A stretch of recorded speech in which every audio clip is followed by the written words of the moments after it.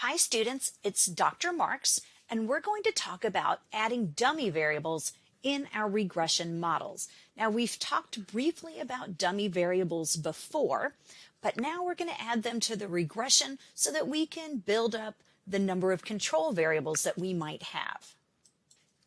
Now remember, we've been discussing multiple regression, and you've seen a couple lectures on that. And that's the idea where control variables are used to hold other factors constant. So remember, we have a question we want to investigate, we have a dependent variable, and it's a function of explanatory variables. Regression allows us to isolate the effect of a single explanatory variable on our dependent variable. So maybe we want to know if gender affects salaries. Salary would be our dependent variable, and gender would be an explanatory variable. But remember, the beauty is that I can have multiple explanatory variables. So maybe I have gender, maybe I have years of experience, maybe I have field that you're employed in. You get the idea. Remember, sometimes explanatory variables are qualitative, and that's what we're interested in this lecture, when our explanatory variables are qualitative as opposed to quantitative. So this is a non-numerical piece of information, and it's descriptive. And so when we have variables that are qualitative, that are non-numerical, descriptive, we call them dummy variables, and so we'll have to create them. We're going to use the dummy variables to convert qualitative information into machine-readable information. Remember, the computer can't read married or female, right? So we have to put these types of information into something that the computer can understand. And that's all we're doing when we create a dummy variable from descriptive information. As we said, dummy variables can be incorporated into our regression analysis. When we incorporate dummy variables in the way we're going to do here, they simply change the intercept of the line being fitted. So we're talking about a simple dummy variable, not interacted with anything else for anybody who's had more advanced econometrics. So what you're going to see is that by adding a dummy variable, it's going to change the intercept of the line being fitted. Remember what the intercept is. The intercept is where it crosses the vertical axis. So for that reason, we might also call these intercept dummies. So we are working in this particular lecture with what we call intercept dummies. Remember, gang, we've talked about dummy variables before. Dummy variables are binary.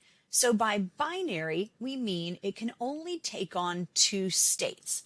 So the condition is either true or it's not true. And so when our variable is true, we're going to assign the variable a 1. So if I have an observation and it's male, and male's my dummy variable, and so male is true, we would assign it a 1. Otherwise, we're going to assign it a 0. So if I have a female observation, but my dummy variable is male, then we would assign a 0. So let's look at the example of married. We agree that married is qualitative, and let's keep the world simple because we understand people can be divorced or they can be separated. So let's just keep it simple, married or not.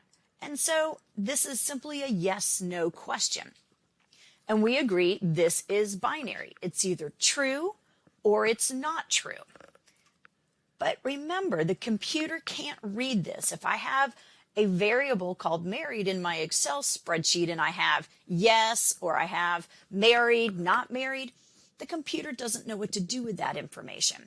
So we have to convert it to something machine readable, and that's why we're converting it to 0s and 1. It's kind of like a light switch. It either turns on or it turns off. So let's define our variable married to be equal to 1, otherwise not married is 0. So we've now created a dummy variable.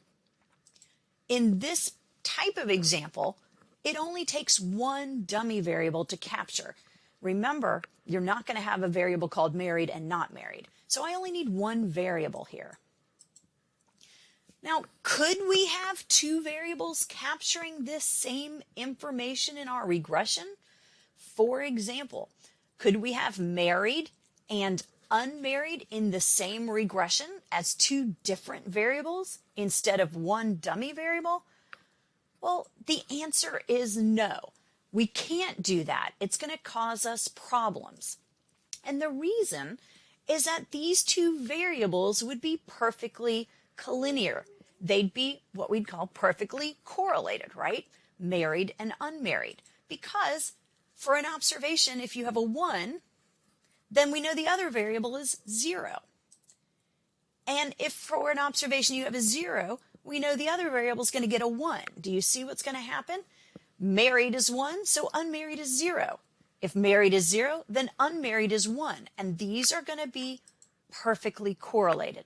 And if we have two variables that are perfectly correlated, well, that violates the classical assumptions that we talked about earlier. And we didn't go into absolutely everything, but it does violate the classical assumptions and it's not going to run. So you need to be thinking about perfect collinearity. You cannot create perfect collinearity. So another example would be male and female. Can I have a variable male and a variable female in my model? No. For the same reason, they would be perfectly correlated. A female would have 0 and then 1 if the variable's male, and a male would have 1 and then 0. And those two columns of data would be perfectly correlated. Now, does it matter which state gets assigned one? Does it matter which we call true?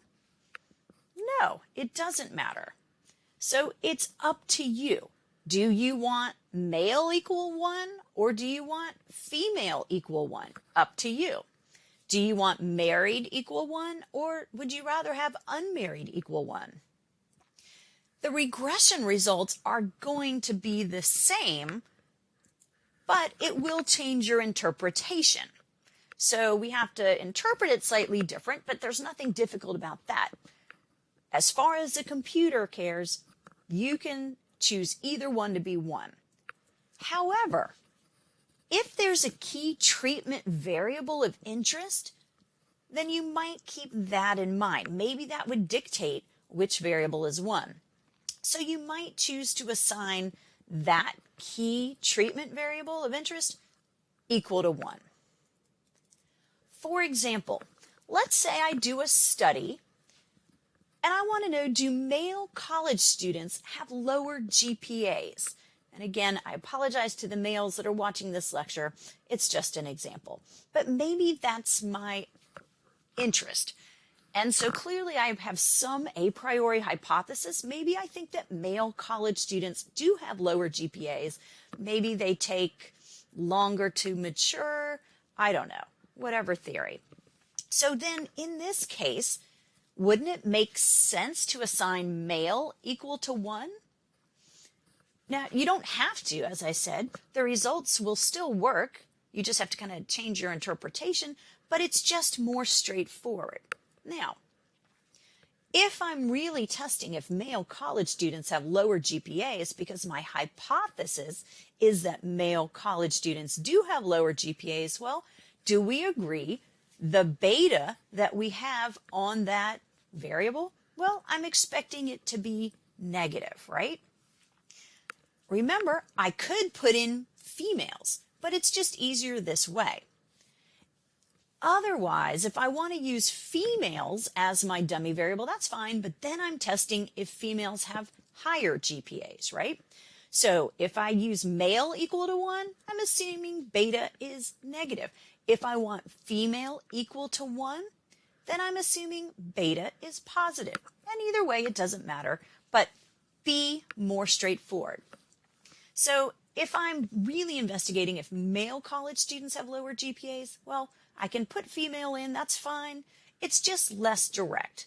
So in that case, we would expect beta on females to be positive, but do you agree that's kind of a roundabout way to do this? So why not just cut to the chase, be more direct, and let male equal 1? So you understand what I mean.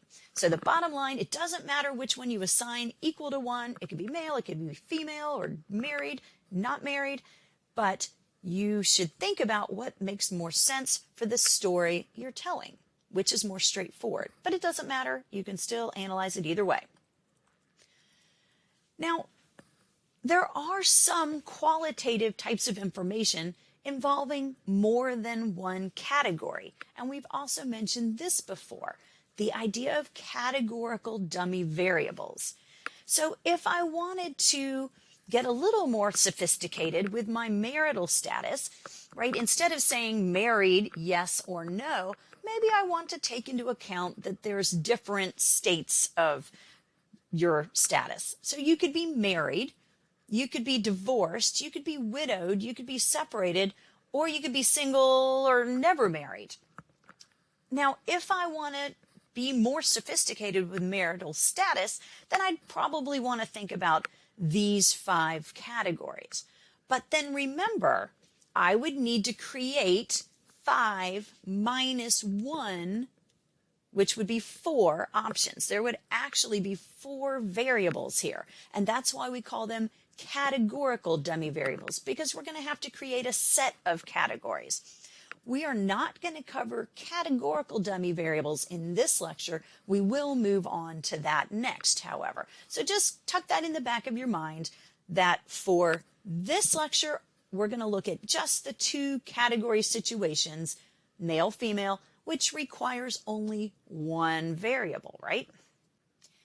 So let's go back to a related question. Maybe I want to know if male marketing students have lower GPAs. All right, so maybe a more refined version of the study we just talked about. Do you agree that our dependent variable would be GPA? Remember, dependent variable is the thing we're trying to explain.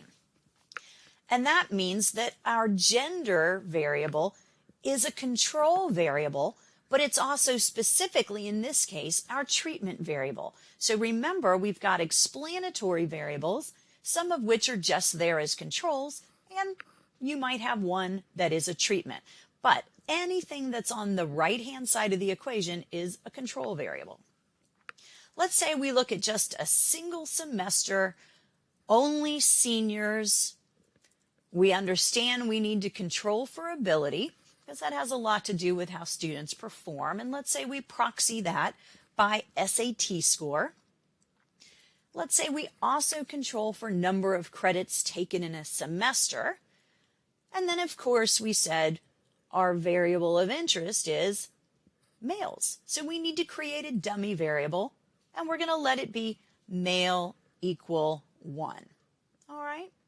So we can set up our regression equation. So let's look at what our population equation would look like. So here's our population equation. And again, you see that GPA is our dependent variable. And in this model, we have 3 explanatory variables, where one of them, male, is our treatment variable because it's our key variable of interest. But again, remember the role of those control variables.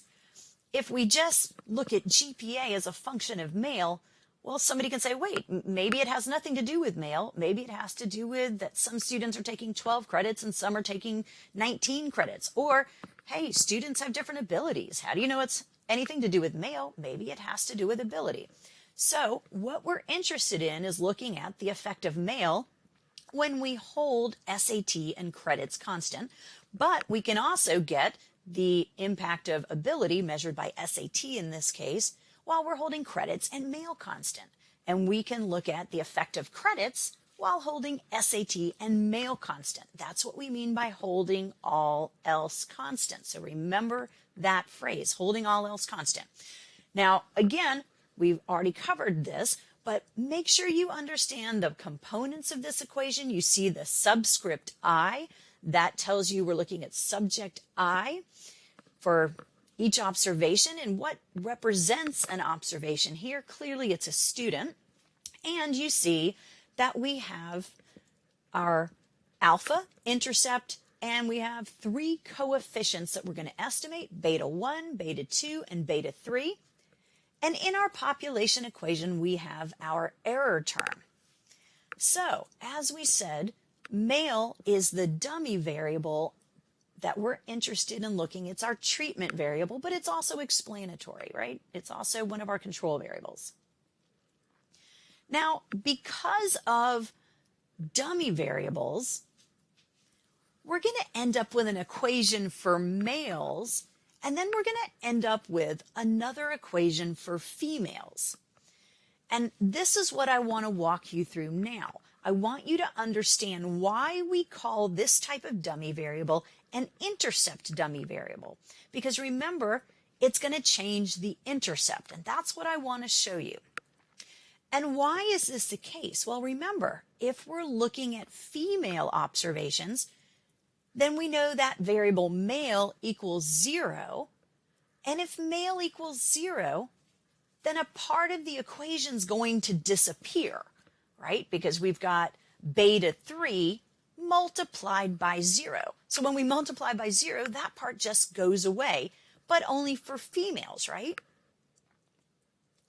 So let's start with our full model that we just talked about, and we're going to walk through this exact thing. Now, let's start by looking at males. Of course, if students are male, then our dummy variable is equal to 1. So what I'm going to do here is simply plug in the 1 for male. So do you see what I've done here? If we're looking at males, then beta 3 multiplied by 1 is what I get in the equation. So all I've done is taken male and plugged in the 1. But now I need to clean this up. And the reason I can clean this up is that now beta 3 is a constant. Make sure you look at that and understand when we take beta 3 and instead of having a variable in the bracket, when we replace that variable with 1, now we have beta 3 multiplied by 1, which is obviously just beta 3.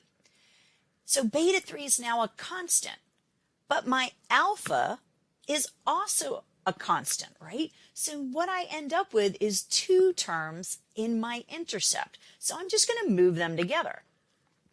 This gives me GPA as a function of alpha plus beta 3, which is now my intercept, plus beta 1 SAT and beta 2 credits, all right? So the part in blue, alpha plus beta 3, that first term, gives me my new intercept for males. But now we need to look at females. So let's do the same exact thing, starting with our initial model. But now let's look at females. So if student is female, we know that our dummy equals 0, right? So we're going to plug in 0 for male. So now look at the beta 3 term. We have beta 3 multiplied by 0. Now I know you guys understand that when we multiply something by 0, it becomes 0. So that whole term is going to fall out. We can clean up this equation because beta 3 multiplied by 0, which is 0, goes away. That term's not going to be there anymore. So that's going to give us this equation right here. Now remember how that differed from the equation for males. Look at our intercept here. Our intercept is only alpha. But remember, for the males, it was alpha plus beta 3. So for males, we end up with this equation. And for females, we end up with this equation. So do you see the difference? They're the same equation, but they differ by the beta 3 that appears in the intercept for males. And that beta 3 fell out for females. So we have simply a difference based on there being a different intercept. All right. So that's why we call this type of dummy variable an intercept dummy, because what it does is it becomes a constant and it's going to change the intercept for one state of your dummy variables. It changed the intercept for males in this case, but it didn't change it for females. As we said, the intercept of the equation is different for males versus females. If we're talking about males, we had an intercept of alpha plus beta 3, and for females, we had an intercept of alpha. So let's ask the question, which intercept is bigger? Is it males or is it females? Which one's going to be the higher line? Well, it depends on the sign of beta 3, right? It depends on if beta 3 is positive or if beta 3 is negative.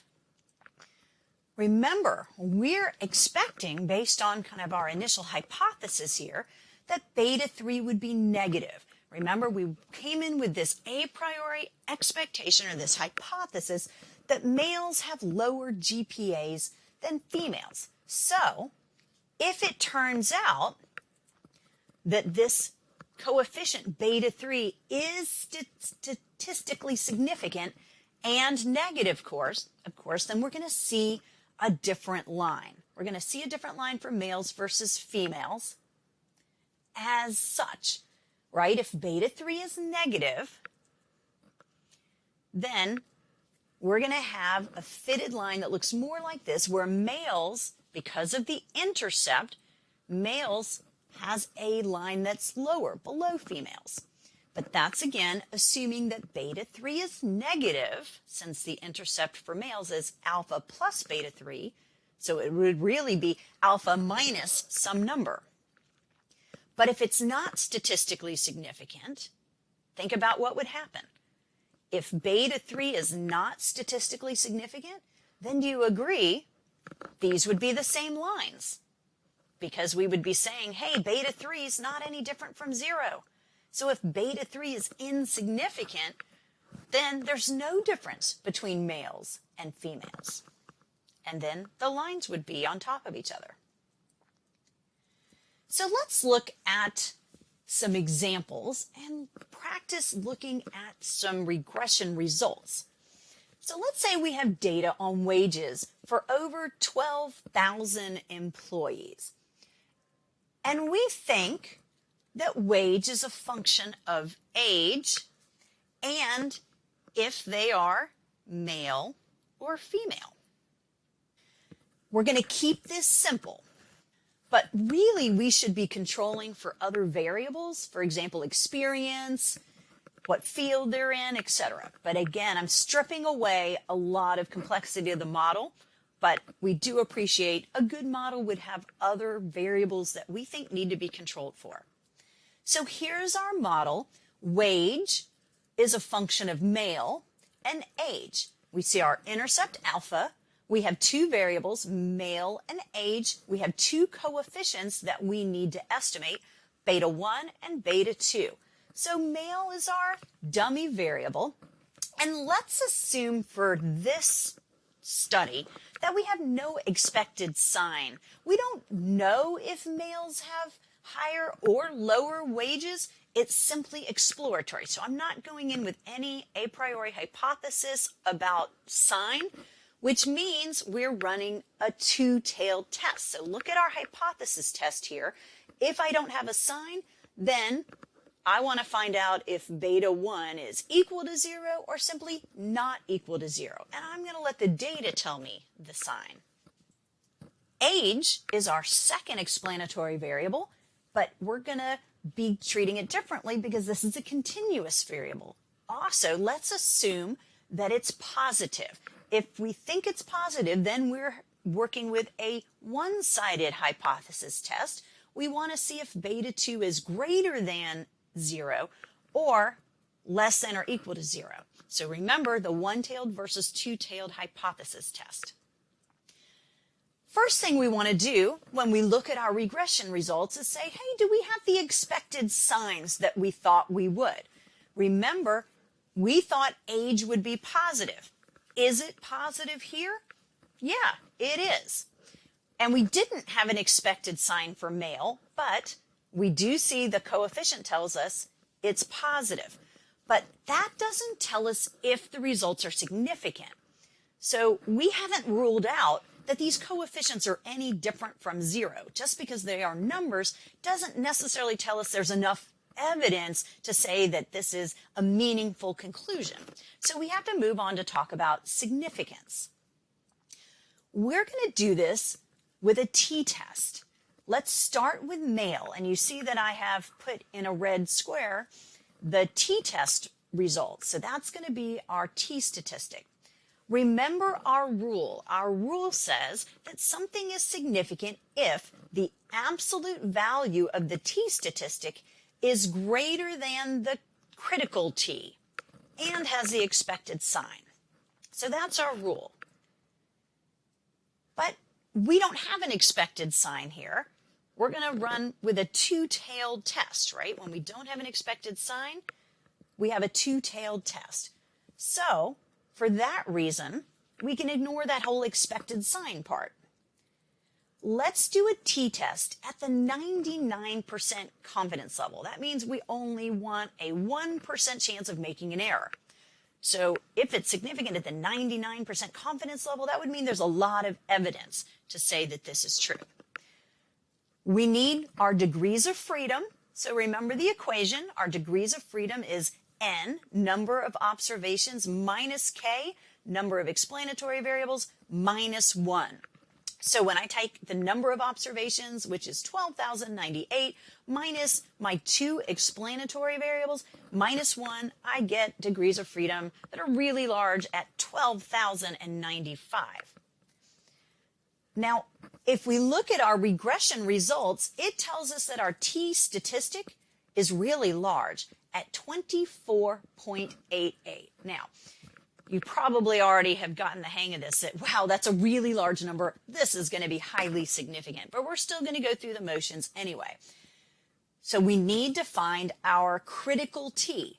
So go back to that rule in red. We have to compare the t-statistic against the critical t, and something is significant only when the t-statistic is greater than the critical t for our two-tailed test. So let's go look at our t-table.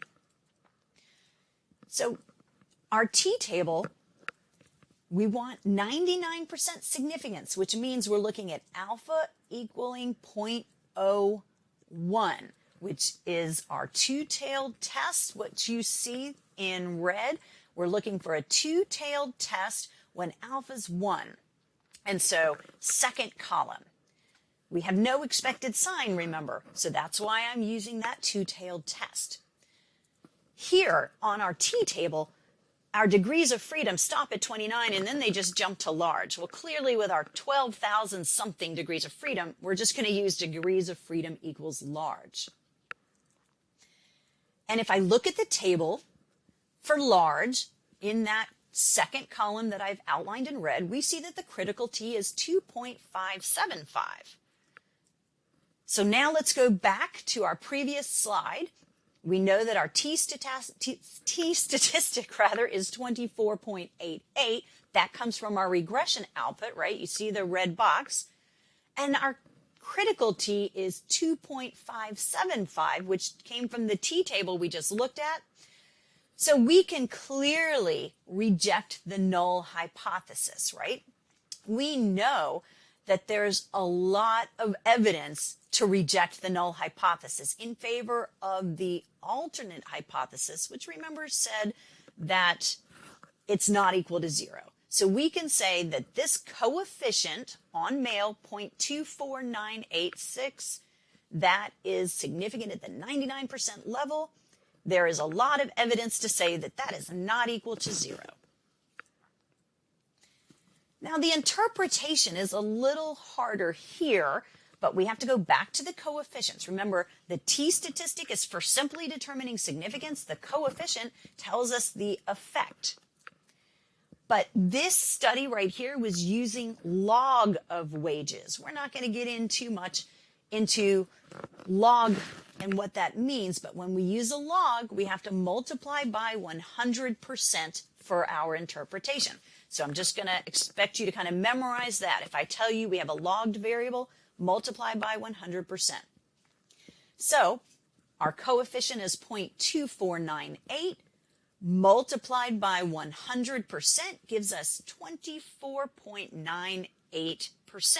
So we have to convert in that way, which tells us that males on average, remember, this is an average effect, right? Males on average are making 24.98% more than females. That more than females, that part's important because remember, when we put in a dummy variable equal male, then what we're saying is males relative to females. We're saying how much higher is the male salary relative to females. And I should also say holding all else constant because we do have another variable, age.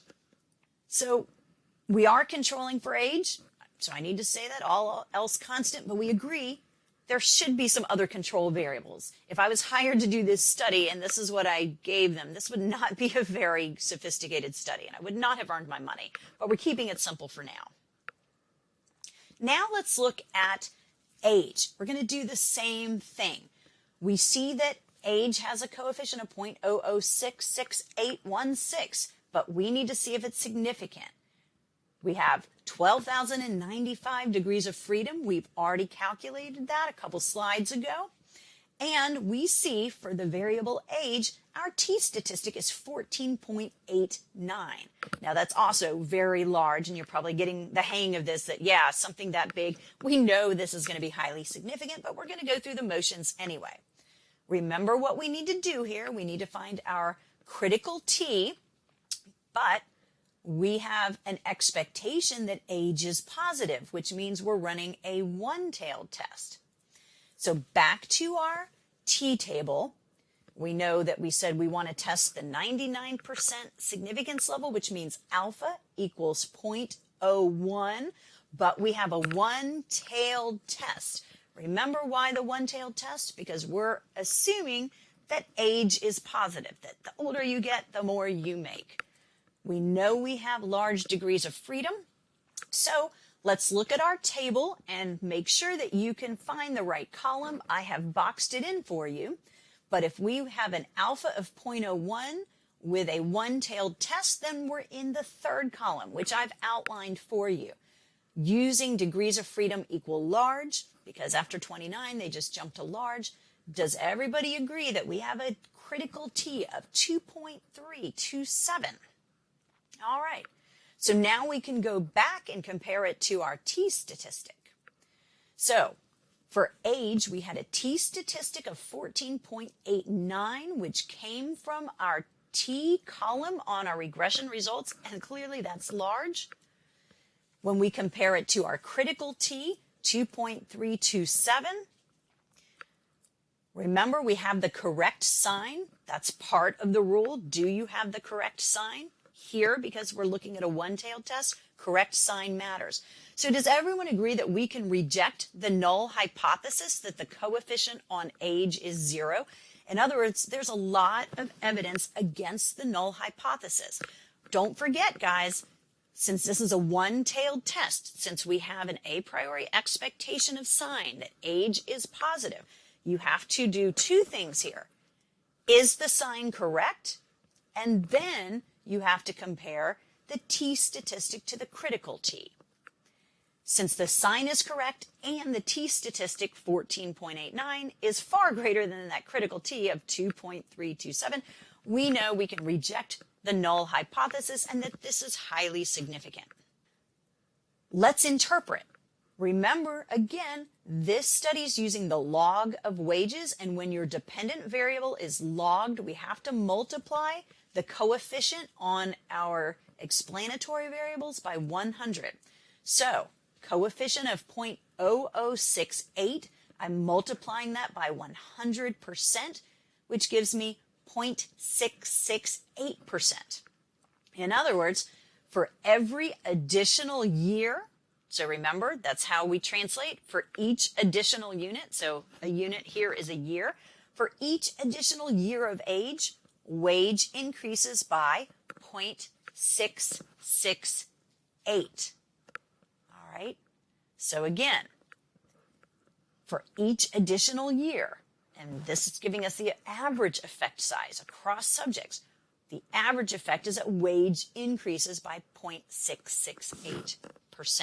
And this is when controlling for male versus female, our dummy variable. But again, as we've said, other control variables are needed here. This is very simplified.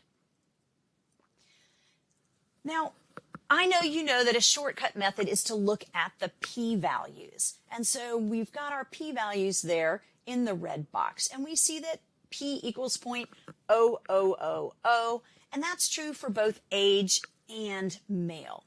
So that means we have very, very strong results, that the probability of making an error is basically 0. So we can say not only would this be significant at the 99% level, but these results would be significant at the 99.9% level of confidence. In other words, we are hugely, highly confident that our coefficients that we've estimated are not equal to 0. We are highly, highly confident that we can reject our null hypothesis. In other words, there's no probability at all that we got these results by chance. Now, one last thing I need to remind you of or tell you of is that when your regression package spits out p-values, it assumes a two-tailed test. And technically, we need to convert it for a one-tailed test. But these are so highly significant that we don't even need to do that here. All right. So, gang, let's recap. We've done a lot here. In this lecture, we added an element to our multiple regression, and that element was dummy variables. And we worked with the example of male versus female. And since there are just two states of that, we only need one variable to capture this binary qualitative variable, right? And so we said, hey, since we're interested in the question of do males have lower GPAs or do they have lower or higher salaries, we just let male equal 1. And so when we interpret this, we have to be clear. We are interpreting wages of males relative to females or GPAs of males relative to females. And remember, what we were doing is creating a change in the intercept. Now, we can have multiple dummy variables in a single regression. We could add another variable, married, yes or no. Maybe I think wages is a function of gender and if you're married. And I could add a third one. Maybe I think it's a function also of whether you have a college diploma or not. So that would, again, be a yes-no variable.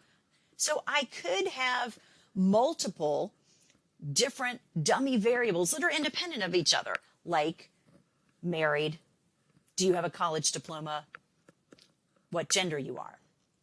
But we might also have categorical dummies, and that means we have multiple categories that are needed to capture. And we gave a quick mention of an example there.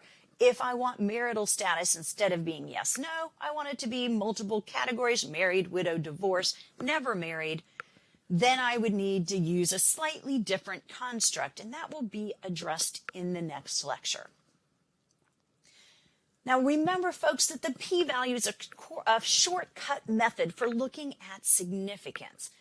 And I understand that it's easy just to go to that p-value, but it's also important to understand how to use a t-table, and therefore you will be responsible for understanding how to interpret both p-values and how to use a t-table. So let me know if you have any questions, gang. Thank you so much for your attention, and I hope you have a fantastic day.